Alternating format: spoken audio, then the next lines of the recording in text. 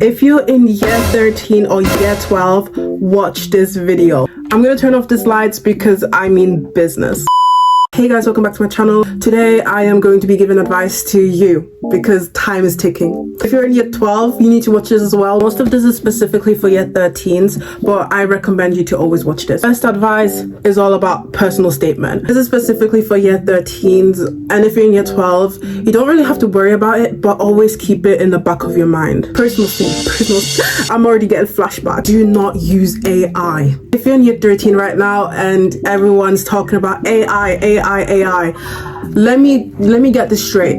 Do not, under any circumstances, use AI. You don't want to risk it because an AI bot doesn't know who you are, and it definitely doesn't know why you picked that course. You're gonna have visually impactful personal statement. Mine, I think it was quite basic, but I surprisingly still got 5 out of 5 offers from all Russell Group universities. If I were to specifically give you advice on how to write personal statement, start with describing your course and tell them why you're doing it. For the second question, I started describing my A-levels. Some people don't do that, some people do it differently. I started researching TED Talks. You can read books if you want to. You can go on YouTube and watch TED Talks. Please let it link to your subject. If you're watching a TED Talk, don't just watch it and do nothing. As you're watching the TED Talk, make some notes, take some quotes out. Don't just randomly drop a quote on your personal statement. Explain that quote. Tell me, well, not tell me obviously, but tell the person that's reading your personal statement what you learned from that TED Talk, what you learned from that book. Make it sound like you're inspired, like deeply inspired. I feel like this is specifically for my course. I did psychology. It might be different for medicine because in medicine it's way more competitive. You probably need to do way more stuff. So please research that as well before committing to writing your personal statement. For my third question, it was kind of did volunteering, but I wrote more about this activity I did in school. It was like a program, and a link to psychology. Dropped it in my personal statement, and I told them what it means to me and what I learned from that. Also, if you do online work experience and you do psychology, do not be discouraged. You can still put that in. You can still write what you learned from it, what it means to you, what it means to the world. This personal statement is for you to show your passion. Pretend as if you're an expert in this field, even though you've not even stepped a foot in that university yet, even though you've not even stepped a foot in a lecture yet. If you know what you're talking about, and if they see that, they will be like, ooh, she knows what she's talking about. But make sure you don't waffle. Next advice, start now, especially if you're in year 13. Let me visualize it for you guys on what I mean by start now. There's a type A student. This is type A, and this is the type B student.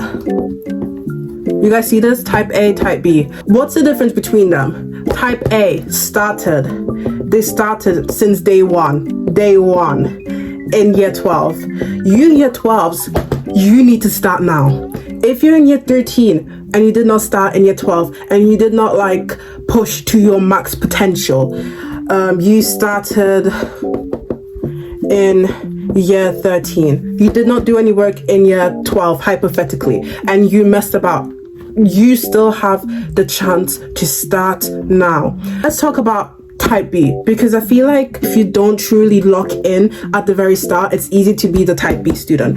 If you're the type B student and you have not locked in your marks that you did in year 12, you did not put your potential to it, you did not want to revise, or you just couldn't revise, you still have the chance to improve your grade. You still have the chance to see your max potential, but you have to start now. And you might be like, what do you mean by start now?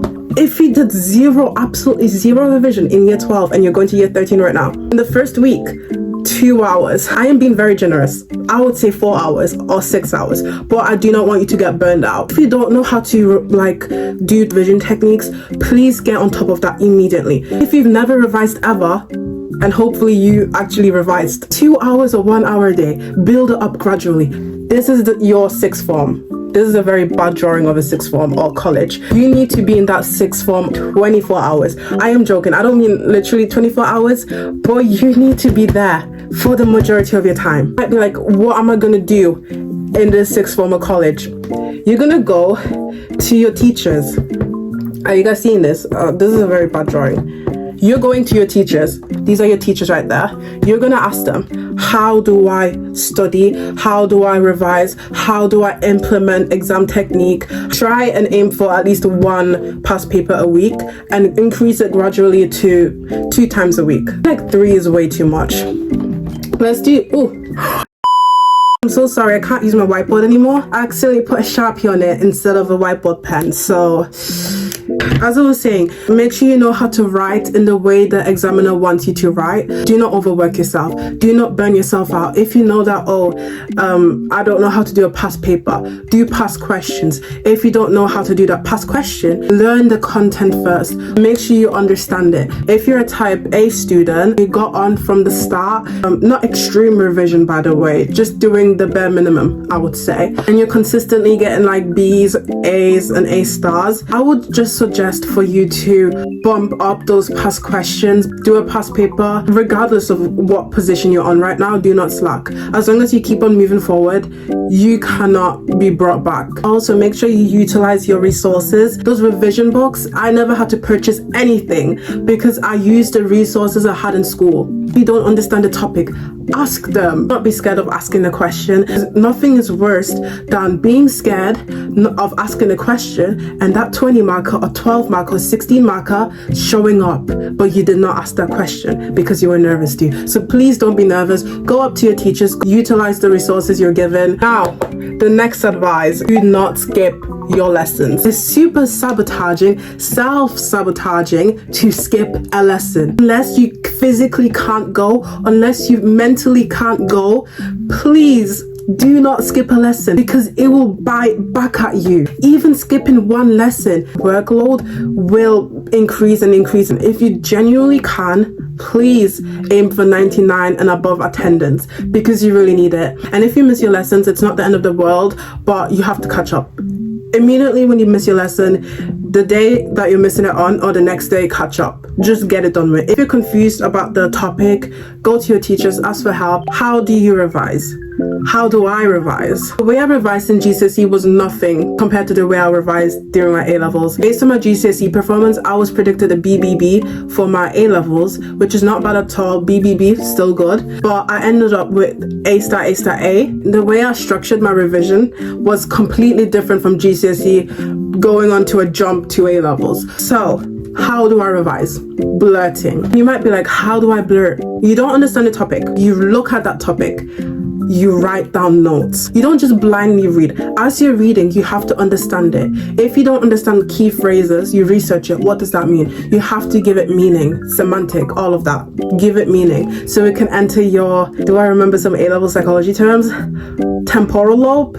Hopefully I'm saying it right. You don't have to understand it to 100%, no, but understand it enough to the point that you can talk about it. Once you've written all your notes, you need to give yourself like, let's say 5 minutes or 1 minute or 2 minutes. Take a whiteboard, take your whiteboard pen, write every single thing about that topic. Every single thing you remember about that topic, write it down. And once you're done with that timer, don't cross it out. You write the appropriate answer in a different color pen. Let's just say red, because sometimes I use blue, I don't really remember. You write the right answer next to it, around it, but do not erase your answer because you need to remember what you got wrong. You either test yourself again if you're very, very unsure an hour later, and when you're testing yourself again the next day, make sure you don't look at any notes. Write everything you know from scratch. Now your brain is actually thinking. Now your brain is actually trying to memorize it. Like, oh, what is this? What is that? It's trying to remember.